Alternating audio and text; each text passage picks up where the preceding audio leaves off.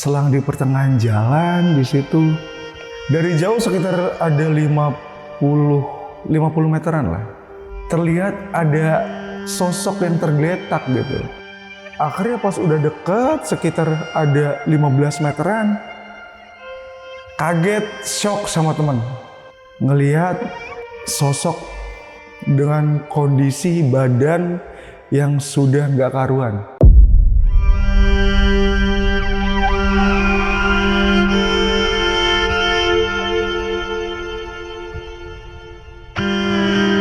Kan gue di ranjang tidur, gue tidur agak mepet ke tembok. Nah, tiba-tiba pas gue tidur, selang berapa lama di samping gue ini kayak ada yang tidur juga, kerket gitu, kasur tertekan, terus tiduran, kayak ada tidur di sebelah. Terus kayak kedengar suara.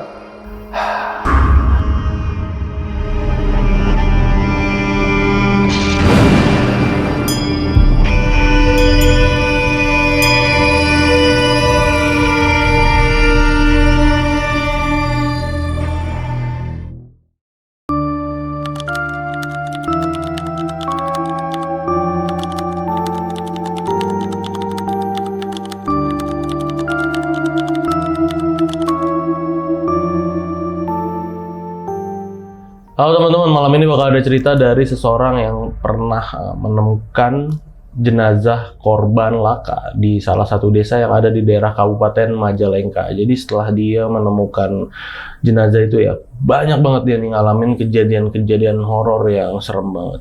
Tapi sebelumnya kenalan dulu sama orangnya. Di sebelah gue udah ada Bang Apri. Halo Bang.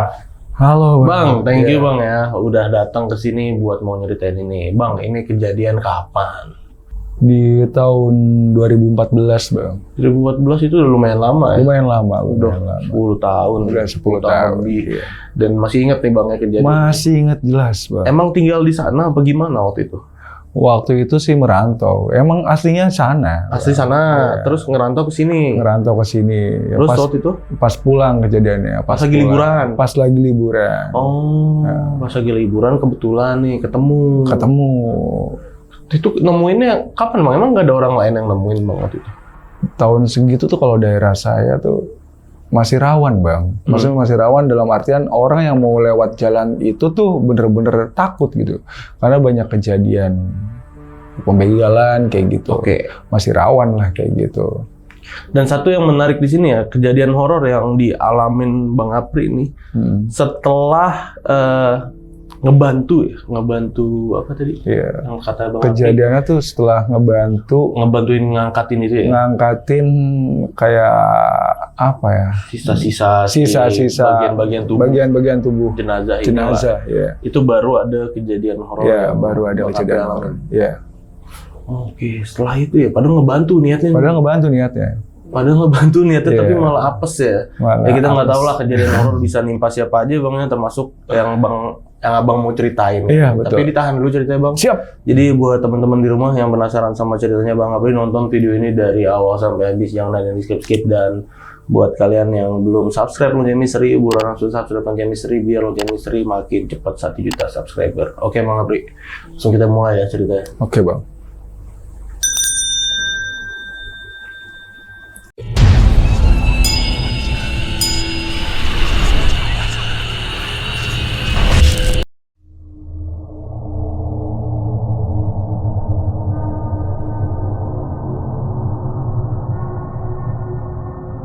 Jadi pada saat itu kan gue baru selesai ngerantau tuh. Jadi balik kan ke kampung halaman gitu kan. Nah di kampung aku ini terletak di salah satu kabupaten yang ada di Jawa Barat. Ya kan. Jadi dari situ sesudah pulang akhirnya biasalah namanya orang pulang kampung kan pengen ngumpul sama teman-teman gitu. Pengen ngumpul sama teman-teman, pengen ngumpul sama keluarga gitu kan. Nah pas banget tuh. Di saat pulang kampung, ada tuh di kecamatan. Jadi posisi kecamatannya itu dari kampung gue, kurang lebih ya, kalau menempuh perjalanan ada sekitar 20-25 menitan lah di situ. Akhirnya udah kumpul-kumpul sama temen tuh ngajak, pas banget. Pri, gimana katanya, kalau misalkan nanti malam mumpung ada organ tunggal katanya. Mumpung ada organ tunggal nih, ngerayain lu juga baru balik. Kita nonton yuk, ada pasar malamnya juga. Nah, udah kumpul tuh rumbukan sama teman-teman di situ. Akhirnya ya udahlah. Mumpung gue juga nggak lama juga di kampung. Ya udah yuk, nanti malam ya. Jam berapa gue nanya. Ya habis sisa lah, nggak apa-apa berangkat kata dia. Ya udah oke lah habis sisa. Akhirnya setelah rumbukan fix habis sisa itu sekitar ada empat teman gue. 4 teman termasuk gue lah, berempat gitu ya. Termasuk gue berempat. Akhirnya mutusin buat berangkat. Berangkat ke pasar malam yang ada di kecamatan. Oke. Nah, sepanjang perjalanan dari kampung gue itu bener-bener pure banget. Gak ada kayak nemuin pengecayaan gitu. Kalau ibaratnya bahasa di kampung gue tuh kayak toangan gitu. Toangan tuh tempat sepi, gak ada kayak pemukiman lagi gitu menuju ke kecamatan ya. Oh gelap gitu ya? Gelap lah. Pokoknya minim banget, gak ada pengecayaan. Cuma ngandelin dari terang bulan doang. Di situ berangkat lah, akhirnya sampailah di pasar malam. Ya biasalah, namanya baru nostalgia, ketemu sama teman-teman, ya biasa usil-usil lah pada tahun-tahun itu gitu. Karena kejadiannya itu 2014-2015 lah, ya kehitungan masih muda lah segitu. Nah di situ udah nonton dangdutan, sampai teman juga ikut joget-joget di atas panggung gitu kan. Akhirnya udah, nah 2 temen gue ini, salah satu dari temen gue yang berdua ini mutusin buat pulang duluan. Karena kata orang tuanya kalau pulang jangan malam-malam. Sekitar pukul jam 11 malam, temen gue balik dari pasar malam. Nah, akhirnya disitu rumbukan, gimana nih katanya, gue mau balik duluan. Bokap-nyokap gue suruh gue balik katanya, ada perlu. Nah, berhubung temen gue yang satu yang ngomong sama gue, lu nanti aja napa katanya, kapan lagi lu di sini, mending bareng aja nanti baliknya. Ntar lah kalau selesai organ tunggal kata dia tuh, selesai dangdutan. Ya udah oke lah kata gue. Akhirnya temen gue mutusin buat balik duluan yang berdua ini. Kan kita kan berangkat berempat nih. Nah jadi yang 2 balik, sisa gue sama temen gue berdua di situ.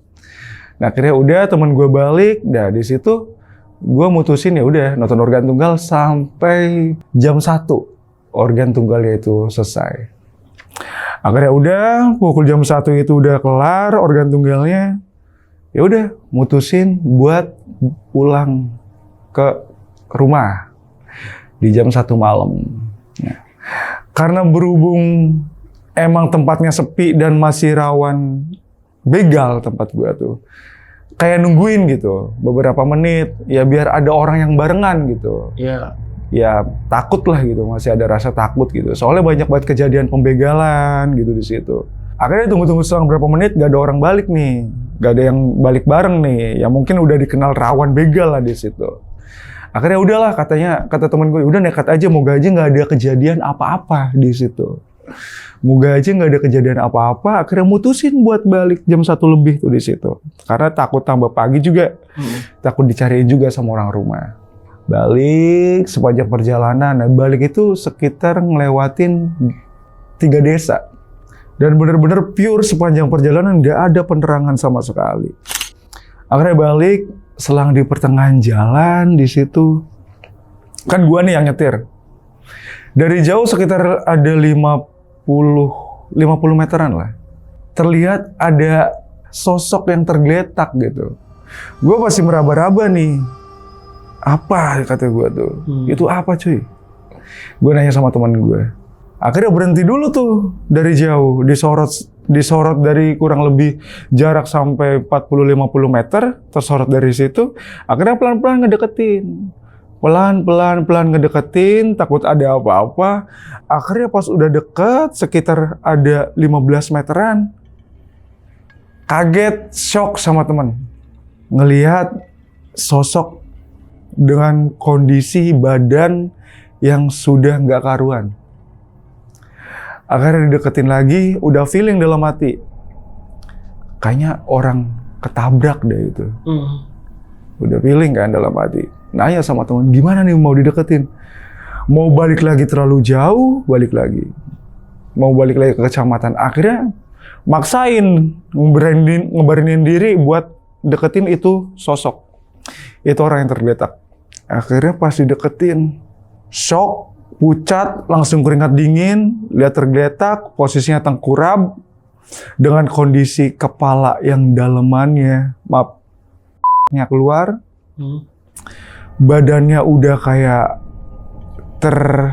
tercacah berai gitu. Udah feeling dalam hati sama teman kayaknya korban tabrakan. Temen nanya nih pakai bahasa Jawa, "Pribek ini pel," dipanggilnya Tompel di sana.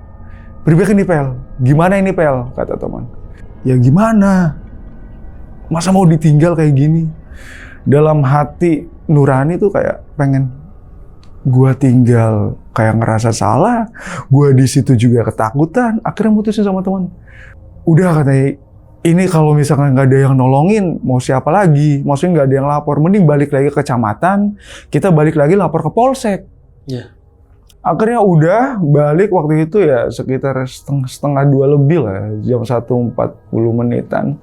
Balik ke polsek, balik lagi ke kecamatan, akhirnya laporan sama polisi.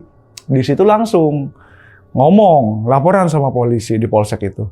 "Pak, kita nemuin orang tergeletak, kayaknya korban tabrak lari." Asal nyeletuk aja tuh korban tabrak lari. Sebenarnya dalam hati sama pikiran juga kayak belum pasti, belum bisa mastiin kalau itu korban tabrak lari. Cuma dari posisi dan korbannya ini udah kayak kelihatan ya nggak utuh kayak gitu, udah feeling aja kayak korban tabrak lari kayak gitu. Nah dari situ polisi tuh minta ngejelasin gimana kronologinya katanya. "Udah Pak," katanya. Dari salah satu polisi bilang, "Udah mending langsung samperin aja ke sana," katanya. Akhirnya udah tuh dari situ, gua sama temen nunjukin jalan ke tempat kejadian. Gua sama temen naik motor tuh, polisinya pakai mobil biasa buat patroli. Oke. Nah, polisinya waktu itu bertiga. Akhirnya pas deket ke posisi korbannya, akhirnya gua langsung ngarah ke depan tuh, ke depan mobil polisinya. Nah di situ tuh udah sampailah ke TKP. Di situ polisi minta ngejelasin ini gimana awal ceritanya. Ya kronologi dari awal kan udah ngejelasin kan tadi yang gue ceritain di awal tuh. Kalau kejadiannya emang bener-bener pas posisi balik, tiba-tiba di perjalanan nemuin korban yang udah tergeletak kayak gini dengan kondisi korban yang udah anta beranta gitu kondisi fisiknya. Akhirnya udah. Nah, karena di situ polisi cuma ada 3 orang termasuk gue sama teman gue 5 orang semuanya. Akhirnya polisi juga minta tolong ke gue. "Dek, nanti tolong besok lapor lagi ke polsek," kata dia. Buat ngejelasin kronologinya, buat jadi saksi. Nah, sebenarnya dalam hati tuh takut gitu kan. Takutnya karena emang nggak ada orang lagi yang nemuin posisi korbannya di situ. Cuma gue sama teman gue doang. Namanya orang kampung kan pemikirannya jadi kayak enggak mau lah gitu. Takutnya nanti dijadi tersangka gitu pikirannya kayak gitu. Ya, pikirannya ke sana ya. Ya, pikirannya ke sana kalau orang kampung, orang awam gitu kan. Akhirnya polisi yakin udah nggak apa-apa katanya. Nggak akan dijadiin hal aneh-aneh katanya. Kamu nggak akan difitnah atau apa bahasanya tuh nggak bakal dijadiin tersangka atau apa, cuma dimintain keterangan doang. Nah, udah kayak gitu ngobrol sama polisi gue minta tolong tuh dari situ. "Kalau boleh, ini kan kondisi mayatnya kayak gini," katanya. "Tolong dibantu buat ngambilin organ-organ atau serpihan-serpihannya di situ." Temen gue nih sama sekali, "Kita mah mau iraba aja." "Aku mah nggak mau," kata dia tuh. "Kamu aja. Kita gak wedi jari kita neku." Wedi tuh, saya juga takut ngomong ke teman tuh. Gue juga takut. Akhirnya di situ, ya udah. Akhirnya dia nggak mau. Kita berempat tuh. 3 polisi sama gue sendiri, teman gue ngeliatin doang. Sampai gue ngambilin kayak daging-daging yang berceceran di jalan gitu. Karena emang kondisi mayatnya emang udah bener-bener nggak utuh gitu. Sementara kalau polisi bagiannya ya bagian yang menurut gue nggak mampu buat ngambil gitu. Kayak daleman jeroan kepala gitu kan, terus kayak jeroan-jeroan badan gitu. Kalau gue cuma ngambil daging-daging yang sekiranya udah tercecer di aspal. Dari situ udah kelar, ngambil semuanya kan, udah kelar. Polisi negasin lagi. Udah kata ya, besok nanti ditunggu pagi lapor ke polsek kata polisinya buat dimintain keterangan. Kata gue, ya udah Pak, iya siap. Nah, akhirnya udah tuh polisi balik, polisi nanya, nanti kamu baliknya gimana, Dek? Gak apa-apa Pak, udah deket juga dari desa. Emang baliknya kemana? Ke desa ini ya. Kata polisinya, oh ya deket lah, paling cuma 10 menit lagi nyampe, kata polisinya tuh. Berani kamu? Ya Pak, berani. Insya Allah berani. Nah, udah akhirnya polisi balik. Gue balik sama temen tuh. Posisi di perjalanan itu bener-bener pikiran udah nggak karuan sama sekali. Udah masih ngerasa keringat dingin. Muka pucat. Temen juga udah pasti, udah kayak apa ya, temen juga udah meluk kita bedia. Aduh, dipisan gipriwe ki yang kota kang rumah. Saya takut, kata temen tuh. Gue takut ya, gimana nanti kalau sampai rumah. Nah, dari situ udah tuh. Akhirnya sampailah di rumah. Gue nganterin temen gue dulu. Bisa turu beli rok kok bengiku. Aku ngomong kayak gitu. Astagfirullahaladzim. Itu ketawa. Lucu bahasanya. Udah gue tahan, Bang. Udah gue tahan gini. Gue gak tahan lagi. Akhirnya kan gue nanya tuh sama teman gue. Lo tidurnya berani nggak, kata gue. Ya kata dia, embuh aja, beli weruh, nggak tahu, katanya. Lihat nanti aja. Ya wis ya, kita balik, kata aku tuh. Ya udah, aku pulang. Nah, akhirnya gue mutusin buat pulang. Dia juga rest ya kan. Nah, gue juga di perjalanan kan, karena rumah gue juga ke tempat dia tuh ya nggak deket sih, tapi masih satu kampung, cuma nggak deket gitu. Baru gue balik, gue sampai rumah, gue cerita. Gue bangunin nenek gue, karena posisi di rumah itu gue tinggal sama nenek gue, adek gue cuma bertiga doang. Adik gue cowok, nenek gue sama gue. Akhirnya gue cerita sama nenek. Tadi gue nemuin orang mati, mayat, kata gue. Sing bener gak Pri? Iya. Toli priwe. Terus gimana, kata nenek tuh? Ya wis lapor polisi, ya udah lapor polisi, kata gue tuh. Toli priwe sih res begini. Ya suki kon mang polsek, besok suruh ke polsek. Akhirnya udah cerita panjang lebar sama nenek tentang kronologi tadi. Gua mutusin buat tidur. Karena emang pikiran juga masih nggak karuan gitu kan. Masih apa ya, masih shock gitu. Karena seumur-umur langsung lihat posisi korban mayat seperti itu belum pernah sama sekali. Apalagi sampai bener-bener ngambilin ngambilin bagian-bagian tubuhnya gitu kan. Nah dari situ gue mutusin buat tidur. Sama sekali sampai gue chat temen gue nanya sama temen gue, gimana lu udah bisa tidur? Orang bisa sama sekali. Dia kata dia nggak bisa sama sekali. Akhirnya udah tuh chat panjang lebar, kata dia sambil ditemenin, ya kan. Emang masih dua-duanya gue sama dia tuh masih posisinya masih shock gitu. Ya udah akhirnya gue selesai chatan sama dia. Dari situ gue coba ngalihin tuh, dengerin musik, lihat-lihat video. Tapi bener-bener nggak bisa teralihkan pikiran gue kalau gue masih mikirin kejadian tadi. Selang berapa lama, kayak lama-kelamaan gue kayak ngerasa ngantuk. Akhirnya gue gimana sih, kayak orang tidur ayam tuh, merem tapi pikirannya masih kemana-mana gitu.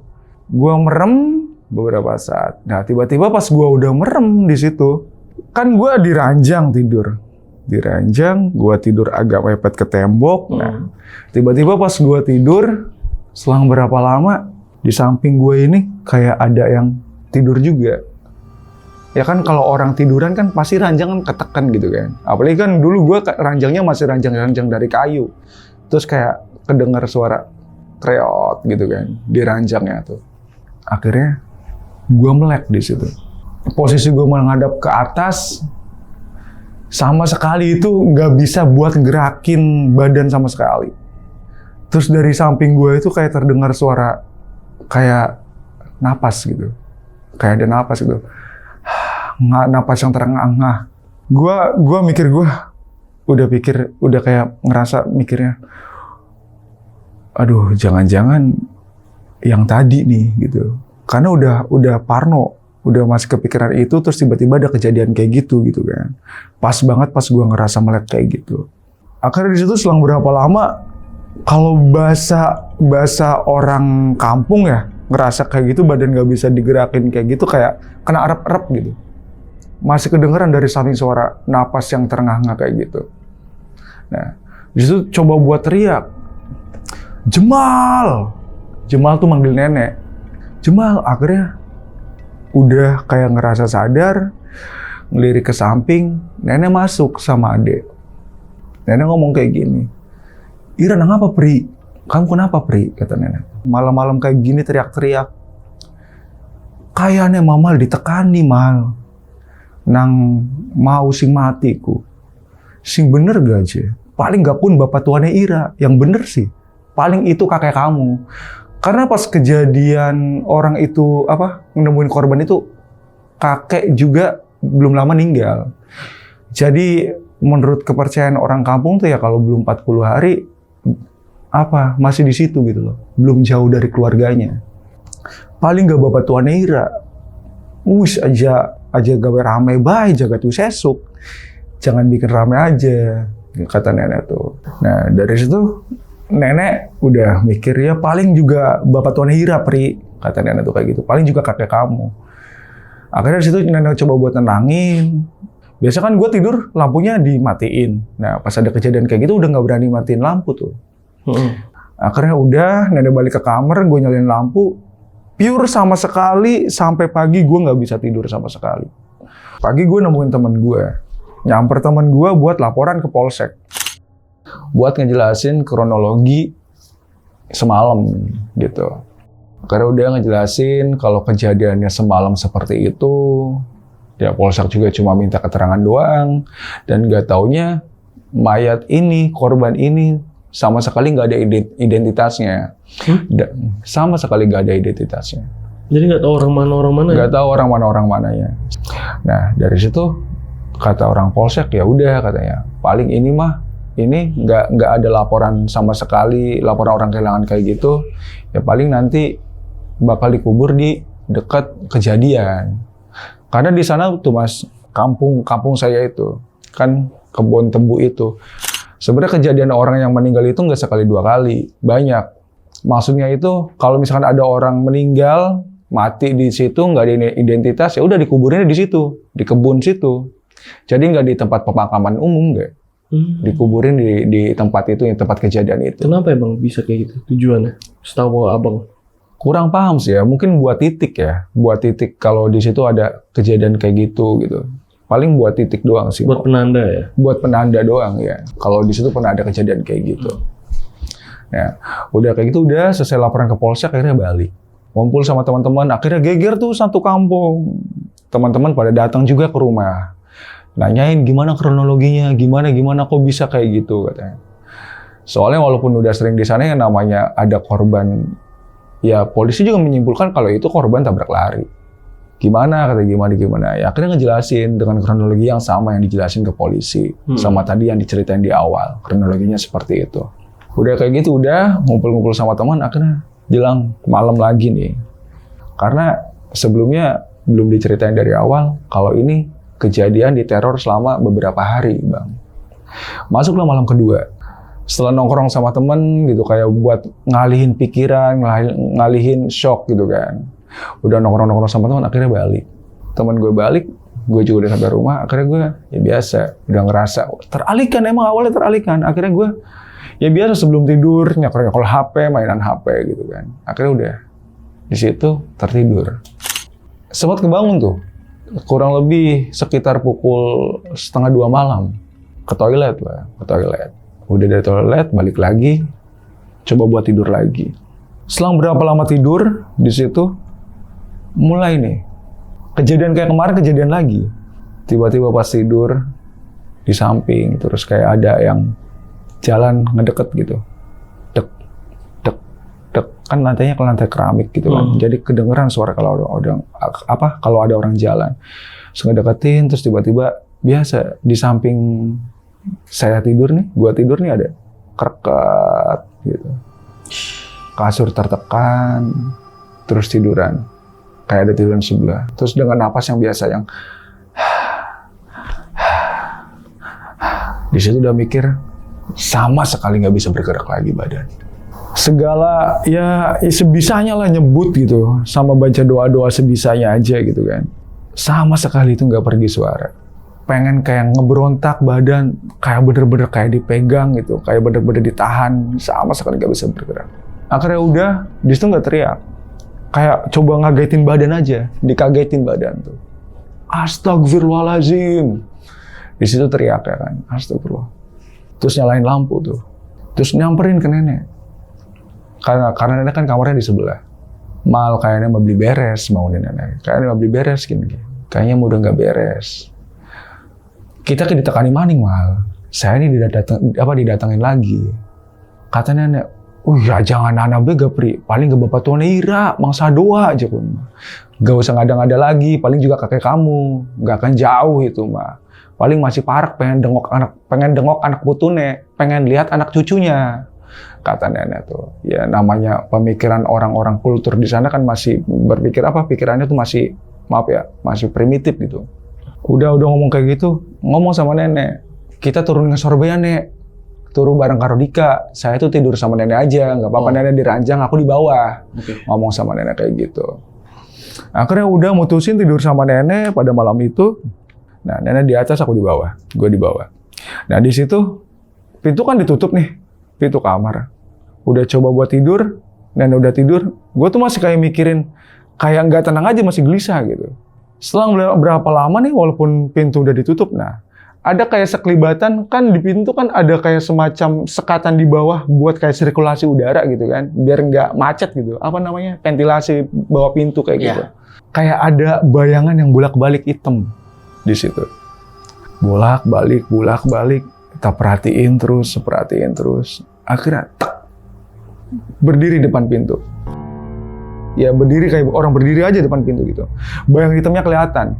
Nah dari situ udah mikir, wah ini bener-bener nggak beres. Bangunin nenek lagi. Mal kita beli sanggup sih mengganen mah.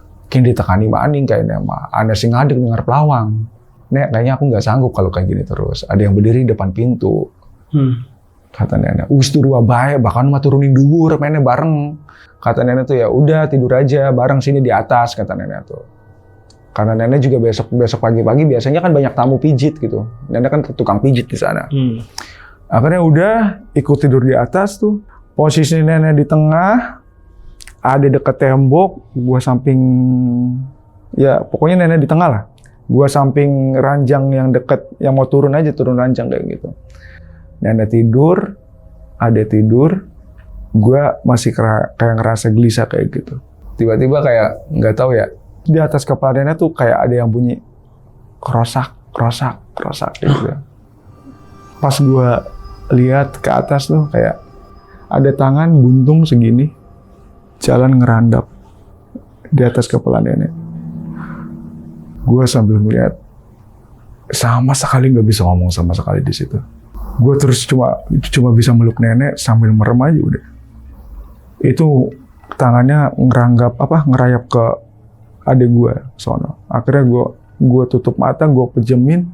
Udah gue nggak pengen lihat lagi gitu. Cuma bisa istighfar doang, cuma nggak bisa teriak sama sekali. Selang berapa lama nenek bangun di situ. Kok Jeng, awas Gepri, kita pengen nguyuh, kata nenek. Cuma gue belum cerita ke nenek kalau ada kejadian kayak gitu. Akhirnya nenek pengen nguyuh tuh, pengen kencing. Awas Gepri, nenek pengen kencing dulu, kata. Akhirnya udah kayak gitu. Gue sama sekali nggak bisa bang ditinggal sama nenek gue di situ walaupun adik gue tidur. Lalu gue ikut nenek gue kamar mandi, dijagain nenek kencing gue di depan kamar mandi di situ. Karena bener-bener posisi gue udah nggak tahu udah pikiran udah kemana-mana. Akhirnya udah balik, nggak tidur lagi sampai pagi. Cerita lagi sama teman gue, ketemu lagi pagi sama teman gue. Nah teman gue di hari kedua dia masih mikir, Reangki kayaknya mampu priwe aja.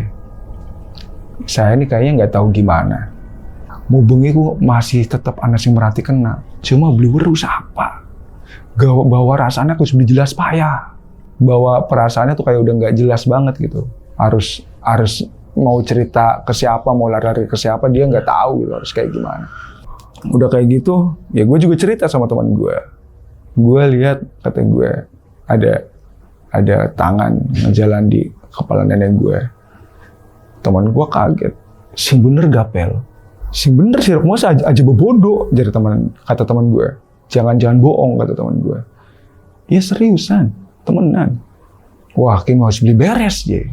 Kalau begini mau udah nggak beres. Wis gage-gage, wis pribe carane, mending gak nakon wong pinter. Udah gimana caranya, mending lu kita nanya ke orang pinter kata teman gue. Akhirnya gue cerita lagi sama nenek. Berarti kan udah masuk hari ketiga tuh. Gue ngobrol sama nenek.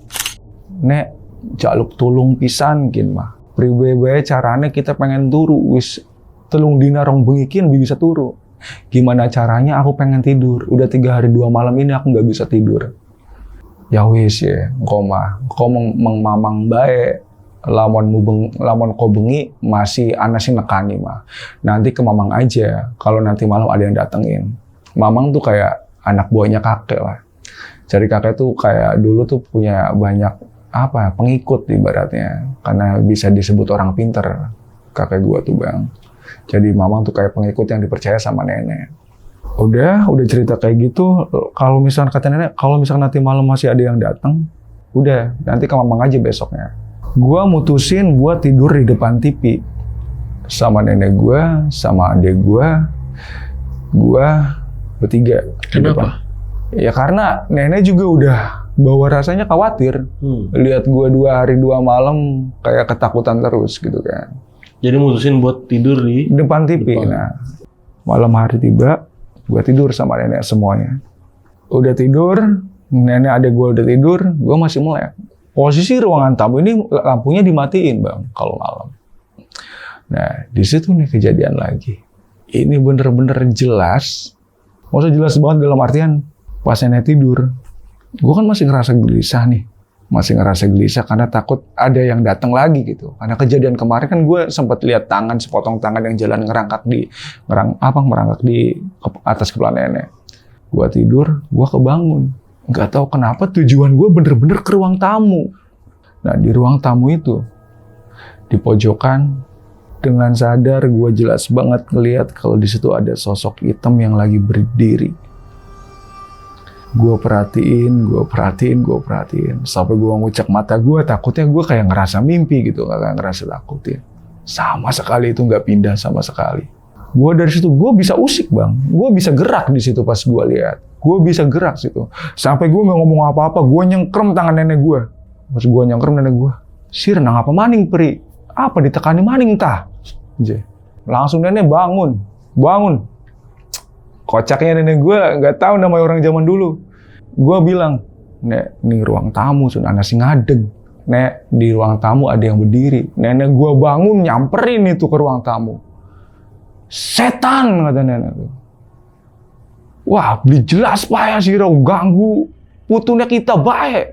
Lu lagi enak-enak turu ganggu baik mianga. Udah kayak gitu, gua nggak tahu ya namanya orang dulu. Udah ngomelin, nggak tahu ngomelin emang nggak kelihatan emangnya udah nggak ada tuh pas dilihat udah nggak ada. Nyamperin gua lagi bang. Ada tuh orang sana kali ya.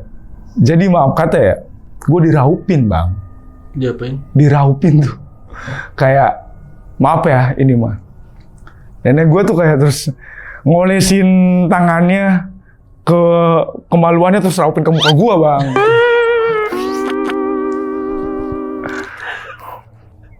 Begitu ya. Nenek gue sambil bilang, bianga sih aku setan, bianga. Apa tuh artinya? Iya, bianga tuh pergi jurig, bianga sih aku jurig. Sambil dipolesin ke muka lagi gue akhirnya.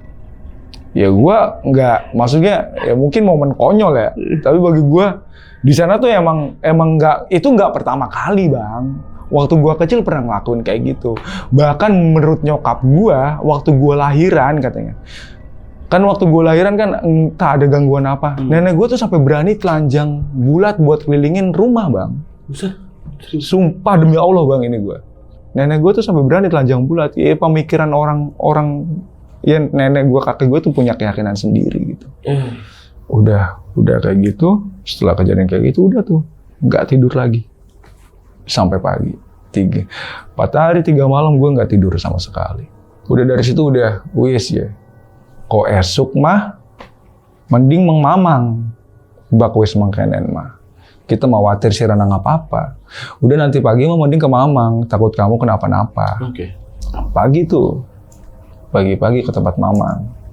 Nah dari situ tuh, akhirnya cerita sama mamang. Kata mamang, anak apa? Tumben payah ji jemal ki tekamang kita. Tumben pisan, maksudnya tumben nenek nih datang ke saya tidak ada apa.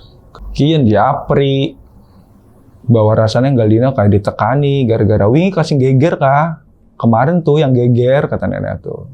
Apri nemuin mayat, nemuin korban tabrak lari kata nenek.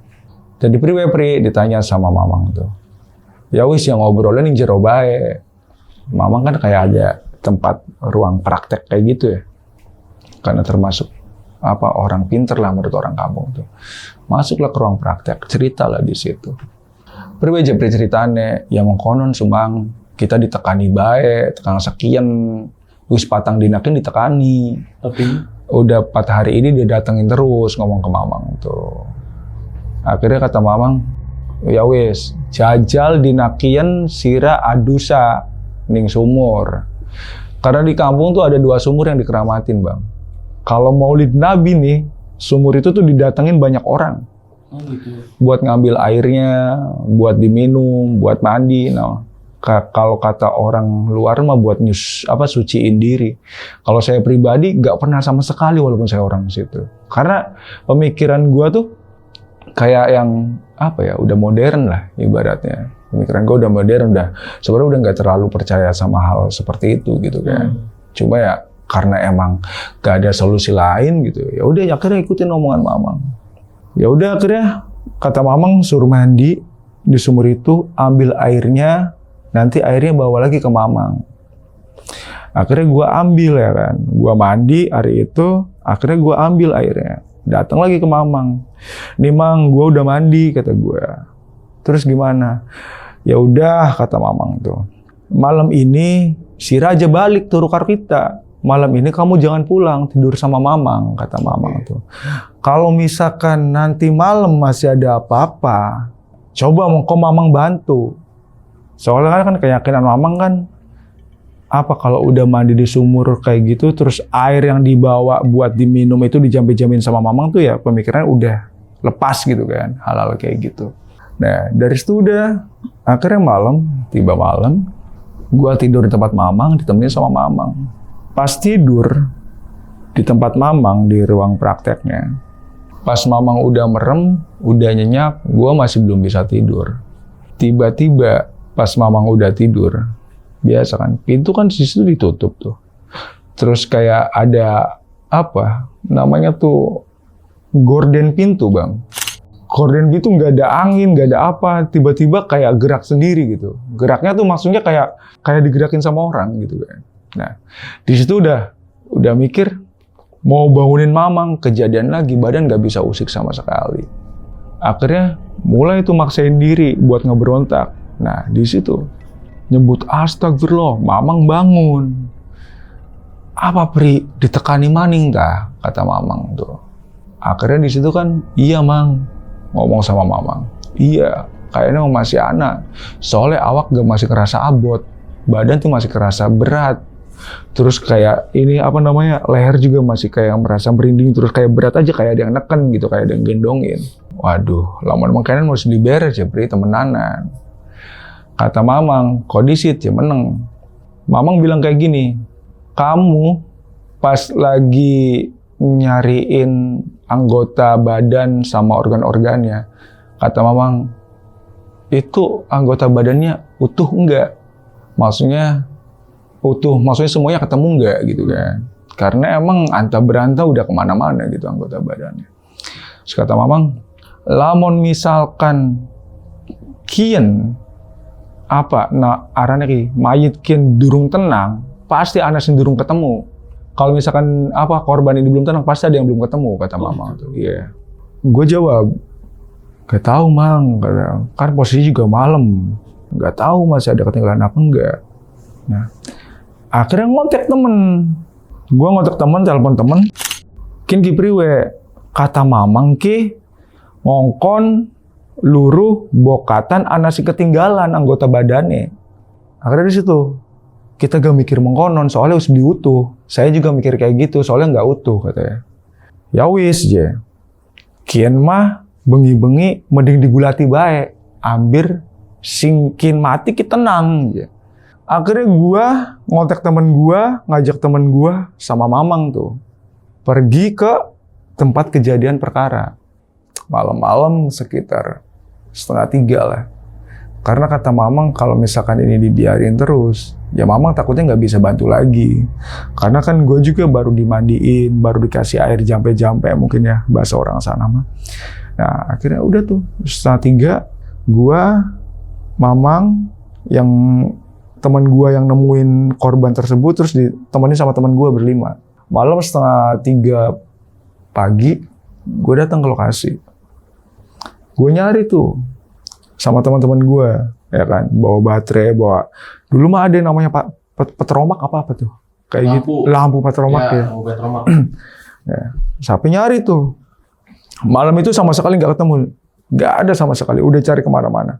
Akhirnya udah kata mamang, ya wis, yakin aja pada turu karena posisinya bengi. Gulati maning suki kesuk. Ya udah sekarang nggak usah pada tidur karena posisinya udah malam. Kita cari lagi nanti pagi.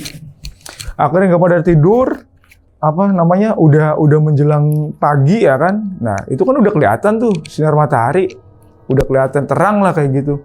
Datang lagi tuh 6:30, dibantuin sama teman-teman semua. Bantuin, datang lagi, kita cari tuh pelan-pelan disisir gitu kan, ngejejer disisir, kita cari lagi. Setelah cari kurang ya cukup lama lah nyari. Akhirnya ketemu tuh bang, 1 bola mata di situ. Anjir. Akhirnya kalau ingat ngeri sih ya. Karena gue pikir bola mata tuh nggak segede itu gitu. 1 bola mata, posnya udah busuk sih di situ. Akhirnya udah ketemu. Yang nemuin bukan gue, bukan mama, buat temen gue yang nemuin. Temen gue yang nggak ikut bantuin gue. Ketemu 1 bola mata di situ. Akhirnya udah nggak ada yang berani megang kan, ketemu. Kata mamang, ya wis ya kan mah. Kian ki sing gawe sira ditekani bae ki. Jare mamang nggak apa. Anak anggota badannya sing durung ketemu. Bener beli je mata jare mamang. Kata mamang tuh. Ini nih yang bikin arwahnya nggak tenang kata mamang tuh. Karena ada anggota badan yang belum ketemu. Kata mamang juga apa? Nih mata. Mamang mau udah nebak katanya. Akhirnya udah, Pri, sila laporan mang polsek, laporan maning ki. Ketemu sun, cerita gue nih polsek apaan-aneh. Lamun ini aku ditekani, kalau kamu tuh didatengin. Kalau kamu tuh banyak kejadian-kejadian janggal gitu, pas nemuin mayat ini gitu, nemuin korban. Ya cerita aja apa adanya, kata mama tuh ke polsek. Akhirnya gue, teman gue sama teman-teman gue yang lain, pergilah ke polsek. Laporan lagi. Cerita kalau kejadiannya beberapa hari ini gue didatengin.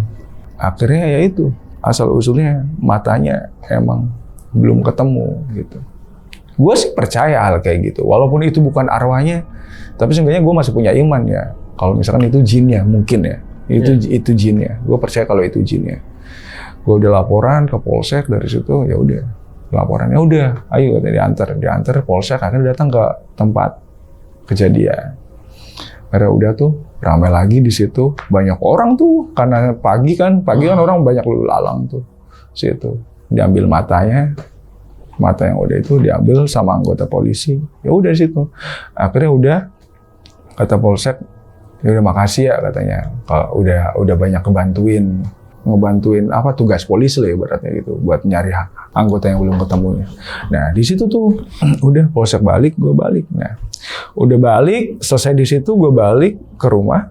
Kata mamang, kalau sampai malam ini kejadian lagi, kamu nggak bisa tenang, badan kamu masih berat, terus punggung kamu juga masih kayak ada yang ngerasa ngenindihin, mamang udah nggak bisa ngelakuin apa-apa. Kata mamang tuh. Gue takut dong di situ bang. Gue takut gitu kan. Takutnya kayak digendong-gendongin setan kayak gitu kan. Gue takut di situ. Temen juga udah ketakutan. Karena udah tuh, temen gue tidur di rumah gue. Gue tidur bareng-bareng sama sama nenek, sama adek, sama teman gue juga yang berdua. Alhamdulillah. Setelah gue nemuin anggota yang hilang itu, matanya itu, gue kayak nggak ngerasa berat lagi malam, kayak nggak ngerasa keteror lagi gitu, kayak nggak ngerasa didatengin lagi. Intinya udah nggak ngerasa diteror lah, udah enteng semuanya. Karena udah di situ, gue cerita sama teman paginya, udah bisa tidur nyenyak tuh. Wis ya kayaknya makin wis hilang kemana nggak apa-apa, wis kayaknya wis adem. Ya udah, selang hari esoknya udah nggak ada kejadian apa-apa lagi, Bang. Gitu. Oke.